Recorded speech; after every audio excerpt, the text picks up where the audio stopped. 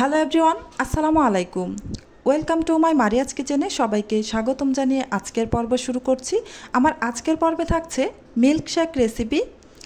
আজকে আমি অসাধারণ একটি টেস্টি মিল্কশেক তৈরি করে দেখাবো কলা আর দুধ দিয়ে। আমার আজকের এই রেসিপিটি যদি আপনাদের কাছে ভালো লাগে, আমার চ্যানেলটি সাবস্ক্রাইব করে পাশে থাকা বেল আইকনটি প্রেস করে রাখবেন। এতে করে আমি যখন নতুন কোনো ভিডিও আপলোড করব তখন সাথে সাথেই আপনার ওখানে নোটিফিকেশন পৌঁছে যাবে। এই অসাধারণ টেস্টি মিল্কশেক তৈরি করার জন্য প্রথমে আমার এখানে যে উপকরণগুলো লাগবে সেগুলো আমি আপনাদের মাঝে দেখিয়ে দিচ্ছি। এখানে আমি নিয়েছি পাকা কলা 4টি। কলাগুলোকে আমি খোসা ছাড়িয়ে ছোট ছোট টুকরো করে কেটে নিয়েছি। এই যে দেখতে পাচ্ছেন এরকম ছোট কলা নিয়েছি। আর লাগছে বাদাম। এখানে আমি চীনা বাদাম নিয়েছি 2 টেবিল চামচ পরিমাণ। আপনারা যে কোনো ধরনের বাদাম এখানে অ্যাড করতে পারেন। আর নিয়েছি 1 টেবিল চামচ পরিমাণ কিশমিশ, নিয়েছি 4টি পাকা খেজুর, খেজুরের বিচিগুলো ফেলে দিয়ে ছোট টুকরো করে কেটে নিয়েছি। 1 টেবিল চামচ পরিমাণ চিনি। আর এদিকে লাগছে দুধ, হাফ লিটার পরিমাণ নিয়েছি। এই দুধটাকে আমি জাল করে তারপর নর্মাল ফ্রিজে রেখে ঠান্ডা করে নিয়েছি। এবার একটি ব্লেন্ডার জগ নিয়ে নিলাম। এখন এতে আমি একে একে সমস্ত উপকরণ দিয়ে দিব।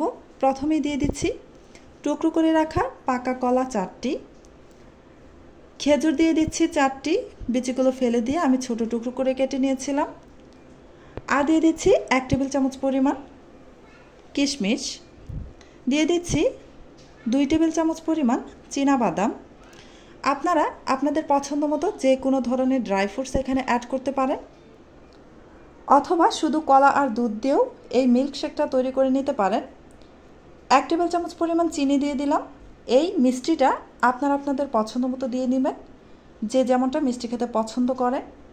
এবার দিয়ে দিচ্ছি দুধ। এখানে আমি গরুর দুধ দিয়ে দিচ্ছি হাফ লিটার পরিমাণ। এই দুধটাকে আমি জাল করে নিয়ে তারপর নর্মাল ফ্রিজে রেখে ঠান্ডা করে নিয়েছিলাম। আজকে এই মিল্কশেকটা আমার বাচ্চারা খাবে, তাই এখানে কোনো বরফ কুচি অ্যাড করছি না। আপনারা চাইলে এ পর্যায়ে বরফ কুচি অ্যাড করে তারপর ব্লেন্ড করে নিতে পারেন। এই তো এবার আমি ব্লেন্ড করে নিব প্রায় 1 মিনিটের মতো।